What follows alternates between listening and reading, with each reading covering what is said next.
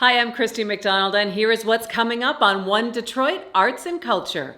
The new way to experience festivals Labor Day weekend. I'll talk with Arts Beats and Eats organizer John Witts and the virtual plans for the Detroit Jazz Festival from Chris Collins.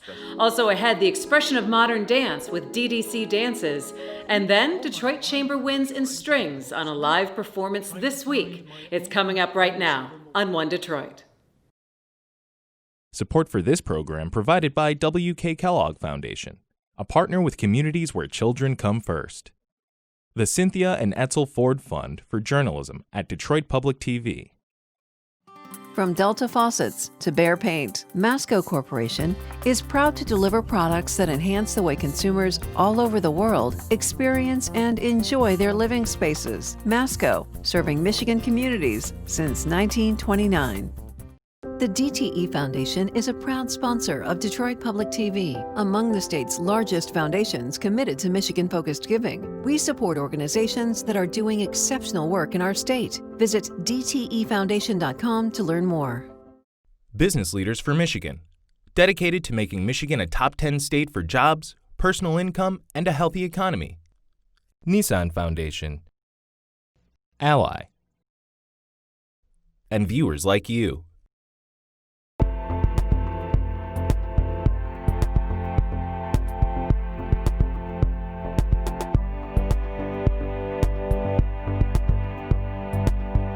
Hi there and welcome to One Detroit. I'm Christy McDonald. So glad that you're with me. We are heading towards Labor Day weekend, and it's hard to believe that summer is winding down. Because of COVID-19, we haven't really had a chance to experience those festivals and concerts and art fairs that usually mark our summers here in Michigan. But the arts community is rapidly adapting. Coming up on One Detroit, enjoying the Detroit Jazz Festival and a version of Arts Beats and Eats this coming Labor Day weekend. Hear from John Witts, organizer of Arts Beats and Eats, and Chris Collins with the Jazz Festival. Plus, the expression of modern dance with DDC Dances. Then Peter Wharf from WRCJ on a live performance this weekend with Detroit Chamber Winds and Strings. And what would a show be without some jazz at the end? We'll head to the Blue Llama. It's all coming up. The Detroit Jazz Festival is one of our most beloved events. Every Labor Day weekend, the glorious sounds coming from downtown Detroit. This year, of course, it is different. It is an all-virtual jazz festival, but it is being live-streamed and broadcast starting Friday, December 4th through September 7th. 8 to 10 hours of jazz music each day. You'll be able to see it on Detroit Public Television and more media partners. Stephen Henderson spoke with Chris Collins, president and artistic director of the Detroit Jazz Festival, and Jasmine DeForest, Rocket Mortgage director of community sponsorships, on making this all happen. So Chris, ordinarily this time of year you would be one of the busiest men in Detroit. I get the sense that you are even busier this year, but all for a good cause, and that's to make sure that this wonderful festival that really defines our region is not interrupted by the pandemic. Tell us how that is going to work this year. Well, we started many months ago when this began. We figured there were going to be a need for some changes, and we put a task force together, worked out many different scenarios for contingencies, and then worked with experts and watched the CDC data. And of course, we finally got to the point where we had to protect our patrons, so we went no audience. We moved to virtual, and then we were very concerned with the recent upticks in movements, and we decided it was best to postpone some of the out-of-town national guests. And we came up with the new format and the new lineup that everyone sees now, which has an amazing mix of artists and, of course, emphasizes our great world-class talent in Detroit, which makes it special. The final format being one where, our 2020 Detroit Jazz Festival, presented by Rocket Mortgage again, which 5th year. Thank you guys. You came back with us and made it special even in this difficult time. It was very meaningful. And but our logo this year is safe, live, and free, which it has been for 41 years. But in this case, it is safe. It is also live. I insisted that we were not going to do this unless it could be live jazz in Detroit on exceptional stages with exceptional sound and video quality. We wanted to up the threshold of what that is. And we have an incredible team thanks to the fact that we're a no admission festival, and we have this robust broadcast technology with Detroit Jazz Fest Live. we were in maybe a singular position to go ahead and make this happen. And so here we are, one of the last standing festivals. It's not only online at Facebook Live and Instagram for free, it's on our Detroit Jazz Fest Live app, but it's also on WDET radio. It's on portions of it on WRCJ and WEMU, Detroit Public Television, and all of it is on our Arts and Entertainment Channel 22 here in Detroit. So the fact is, whether you have Wi-Fi or not, you can hear it, you can see it, you can enjoy it for free. And we've maintained the mission, we've maintained the excellence, we've maintained the artistry. It's the real Detroit Jazz Festival, just in a new, interesting format. This is the 5th year that Rocket Mortgage is the leading sponsor for our Jazz Festival. Tell us what's different for you guys this year as we have to make adjustments in every part of our lives. Rocket Mortgage is proud to be the presenting sponsor of the Jazz Festival. It really puts our city on a national scale, and it shines just such a positive light on the city of Detroit. We really wanted to come back as a presenting sponsor because this is what not only Detroit needs, but the world needs: jazz and good music and just an opportunity to relax. It's great that Chris decided to do the pandemic pivot and to bring the Detroit Jazz Festival back again, but virtually. And he and his team are just working incredibly hard to make sure that it's an amazing experience for everyone. So let's talk about the lineup. Well, I'll tell you, we're very fortunate.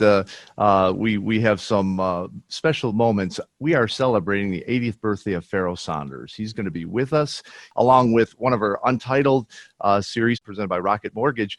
Robert Glasper is with us this year. The great Renee Marie is with us. Steve Teray, the incredible trombonist and shell player. Joey Alexander, along with this incredible host of world-class Detroit talent. Robert Hurst presenting Black Currant Jam. Naima Schamberger and the Sister Strings Program. James Carter, Organ Trio. Rodney Whitaker, Septet. Walter White Big Band. Lulu Falls and Chris Johnson. And a very special piece is opening the festival. We're calling it Justice. It's a 4-movement piece.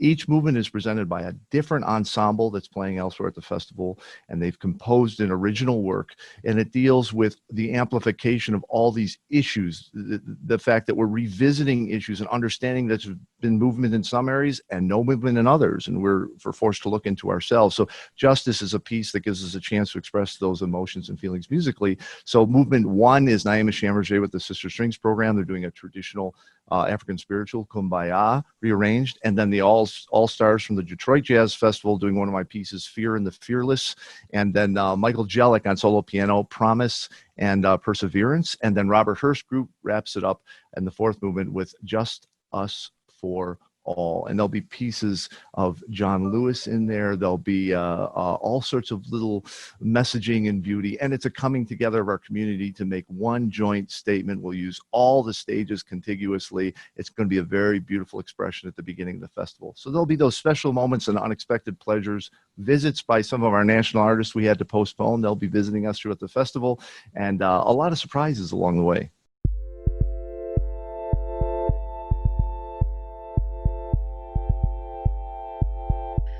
Joining me now is John Witts. You know him as the event producer behind the Winter Blast, which started back in 2006 with the Super Bowl, and Arts, Beats, and Eats, among others. Hey, John, it's good to see you. Good to see you, Christy. So tell me what it has been like to try to navigate and see what the future of festivals will be in our area. It's been extremely difficult. I think the writing, became pretty clear to us at the end of June, early July, that we weren't going to be able to do the event. So we went to the drawing board on what we could do. And what kind of incarnation are we seeing of Arts, Beats, and Eats this year? Well, the first thing I do want to say is the festival is canceled. So I think that's the one message, that everything we're doing has to be purchased by a ticket. Our biggest initiative is called The Beats Go On, where we are having 200 plus bands do virtual concerts as fundraisers, either for themselves if they are in the music industry, or if they have other full-time jobs, they are raising money for other musicians.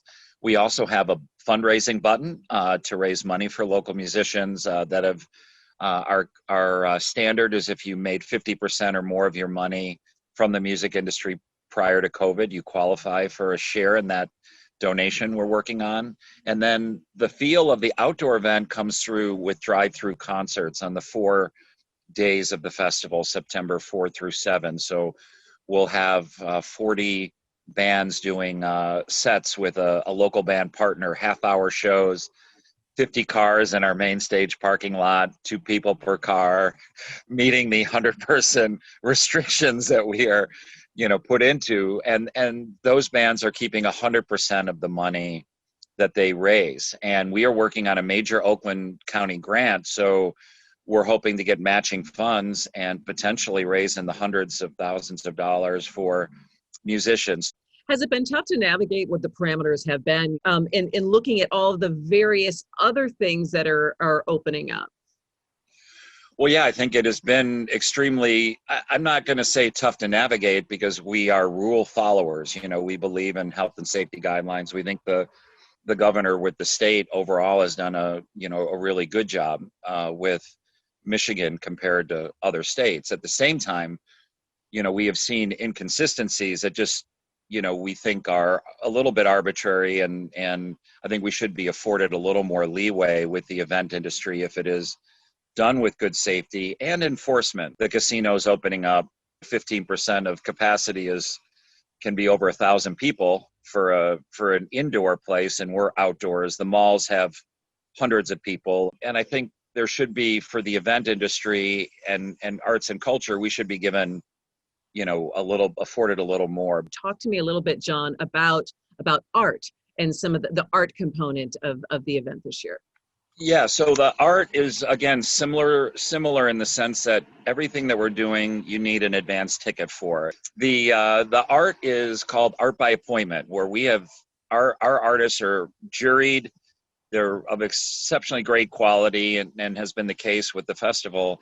And we have 20 Michigan artists that have really not done a show, and we're going to be their first show. And we have 50 people that we are giving a chance to enjoy these 20 artists for their own kind of private art show for 75 minutes, 5 times a day on Saturday and Sunday of Arts, Beats, and Eats. So, we have jewelers, ceramics, painting, photography, and mixed media, digital.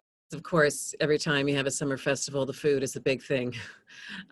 It's the eats, John. So what are you doing there? So we're doing a program called Eats on Your Street. And this one is not advertised to the public. We are reaching out to Oakland County neighborhoods, and we're sending food trucks into neighborhoods for neighborhood associations to enjoy. Right now, we have 35 food truck stops planned just to bring a little joy and create an event, get people outside. What's the future for festivals right now? Well, I think that is a great question. There's a lot of uncertainty. So right now, I'm not even trying to see that crystal ball until mid-February as far as being in the outdoor festival business. I will want to end on a quick positive note that the events that we are involved in, people who have the resources are really working hard to pull off events for 2021. We're energized, to give it our shot and be ready, for next year. Our thanks to John. And for all of the details on both the Jazz Fest and Arts, Beats, and Eats, just head to our website at onedetroitpbs.org. All right, turning now to the Detroit Chamber Winds and Strings. They are holding an outdoor performance this weekend at Cranbrook. And Peter Wharf from WRCJ has more. Douglas Perkins is Associate Professor and Director of Percussion at the University of Michigan. He'll be leading the Detroit Chamber Winds and Strings group in a performance of John Adams' Sila, The Breath of the World, at the Cranbrook Academy, August 29th. We've been joined by Doug and composer, Pulitzer Prize-winning composer John Luther Adams. The work entitled Sila, The Breath of the World, which was premiered at Lincoln Center a few years back. Douglas, you were there and you led that first performance in the Hearst Plaza at Lincoln Center. Take us to that place and kind of paint us a visual picture of what's happening in this composition. It was a wonderful time in that plaza, and a special and unique time. And I think one of the great things about John's work generally, and especially in Sila, is that these pieces, these outdoor pieces, are in some ways, I think John has referred to them as musical echolocations. So they are sounds that fill the space we are in and sort of end up telling us about the space and teaching us about our sense of place in ways we didn't expect. So being there in that plaza, in being surrounded by Aerosaarinen buildings, we were able to feel become one with that portion of New York. I'll always sort of remember how that day felt, and the sounds being made of Sila sort of bringing out things about the space and about that place and time. And I think, when we're in the quad at Cranbrook with Saarinen's buildings, I think similarly we will all enter into the space together, and we will get to share something in person together, which is going to be so beautiful that we haven't done in a while, and get to hear real music together. But also, we will all be left with a sense of what the sonic architecture of that space is, and what it really felt like to be in that place at that time. Why is your music so intertwined with being outdoors, being out in nature? I came on this idea that in contemporary culture, we're homeless in a sense. And obviously I'm using that metaphorically, but we've lost our way as a culture. And I had grown up with a sense of not knowing where home was. And I think all my life I've been trying to compose home, trying to find my own place within the larger music of this miraculous planet that we inhabit. And all my life, I've been trying to draw my music directly from the earth, from the air, from the water, from the birds, from the elemental substance of this world. And Sila is one incarnation of that lifelong quest. A lot of Detroit area people are very familiar with the Cranbrook Academy. It's a wonderful public space where people are welcome to wander and think and dream. So we can imagine in our minds places from the art museum to Big Jonah to all of the other meadows everywhere. Where exactly will you be? We'll be in the quad of the upper school campus. And so it's a nice space with beautiful big trees surrounded on each side by buildings with the fountain in the center. I can tell you that the tubas will be sitting next to the fountain. They are the fundamental pitches that hold the piece together. The quad will be divided into these kind of little squares so that anyone that is coming has their own socially distanced place that's well delineated, so that it should feel beautiful and also feel really safe while everyone is enjoying with us. I know this is going to be a glorious performance because Doug Perkins is the music director. As you might imagine,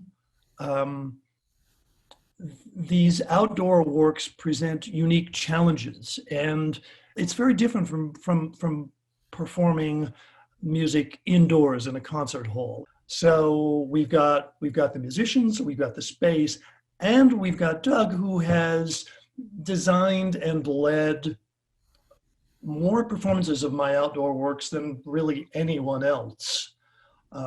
So I have complete faith that this will be a definitive and a very beautiful performance of Sila.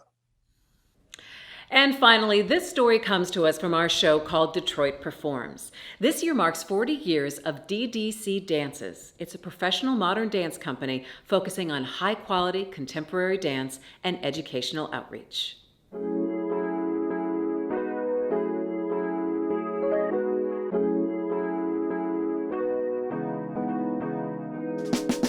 The traditional forms of modern dance continue to speak to an ever-changing world. The essence of dance for me is about humanity. And there's so much in this world today to express. DDC is a group of performing artists that bring modern dance throughout Detroit and the greater Detroit area. And also we provide outreach education programs throughout Michigan. DDC dances began in 1980. We were founded at Wayne State University, actually. The founding members were Paula Kramer, Anita Surmer, and Sue Ellen Dar, and myself. We focused on a technique that was developed and designed by Doris Humphrey and Jose Limon, pioneers of modern dance. And really the genre today still really works because it's based on how human beings like to move in space and time. So that's what we liked about working in that way. And so obviously after 40 years, it's developed into something a little bit different because those two, Humphrey and Limon, wanted future generations to develop their technique. I started out in ballet growing up, and in college, I first discovered modern dance, really fell in love with it just because of the expressivity, the freedom, yet its connectedness and roots to ballet and to a strict technique. It just really allows for expression and a lot of creativity in terms of music choices, choreographic choices, choreographic sites. I really like to look not just for technique, but for performance skills, who they are as people and what they communicate through their body. We work a lot through improvisation, so when I'm making choreography, it's the idea of breath and gravity. It's all natural elements that surround us. So we work on improv that's based on ideas that interest me as a choreographer. There are dances in our upcoming concert that deal with climate change, that deal with mental health, that deal with extinction. So all of these things are important to society today, and we're expressing how we feel about these issues through movement. So there's a lot that goes back and forth. As a dancer, you're not just simply a dancer, you're a choreographer, you're innovating with the artistic director, which is a really beautiful part of this company. She comes in, puts the bench down in black, and she'll sit down and be forward. And lights and music go together. Today we are doing a tech for each of the pieces, so you'll be watching us create the lighting. And then once the lighting's created, then we will run the piece like a dress rehearsal. Getting the right lighting design to enhance the dance and to really be a partner with the dance. So stage lighting is really very important. It becomes a marriage between the dancers, and the space. It's really inspiring to dance with my colleagues. They all have their strengths and we're all unique in our ways, but we come together and, are stronger as a group, I think. I'm really proud of the company because I think we have a variety of ways to communicate the art form. Our heart and soul really goes into our productions, our classes, our workshops. Everything we do with the community has meant so much to us, and we are hoping it has meant a lot to the people that we serve.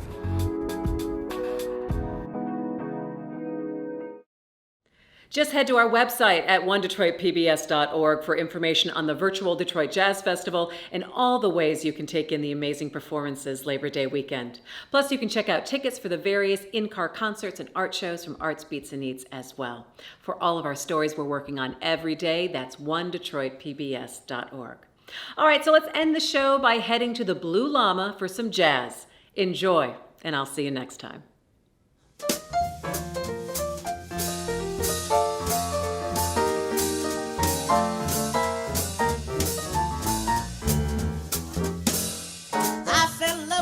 First time I looked into them their eyes, you have a certain cute way of flirting within their eyes. Oh, they make me feel so happy, make me feel so good. I'm falling, no stalling.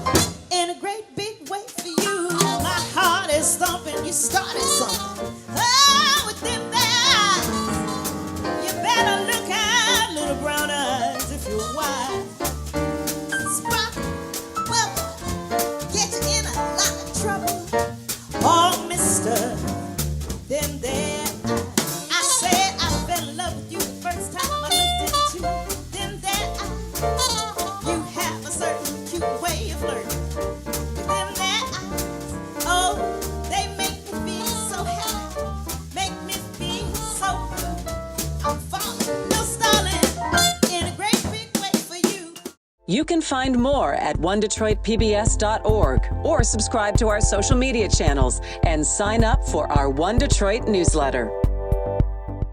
Support for this program provided by W.K. Kellogg Foundation, a partner with communities where children come first. The Cynthia and Etzel Ford Fund for Journalism at Detroit Public TV. From Delta Faucets to Behr Paint, Masco Corporation is proud to deliver products that enhance the way consumers all over the world experience and enjoy their living spaces. Masco, serving Michigan communities since 1929. The Dte Foundation is a proud sponsor of Detroit Public TV, among the state's largest foundations committed to Michigan-focused giving. We support organizations that are doing exceptional work in our state. Visit dtefoundation.com to learn more.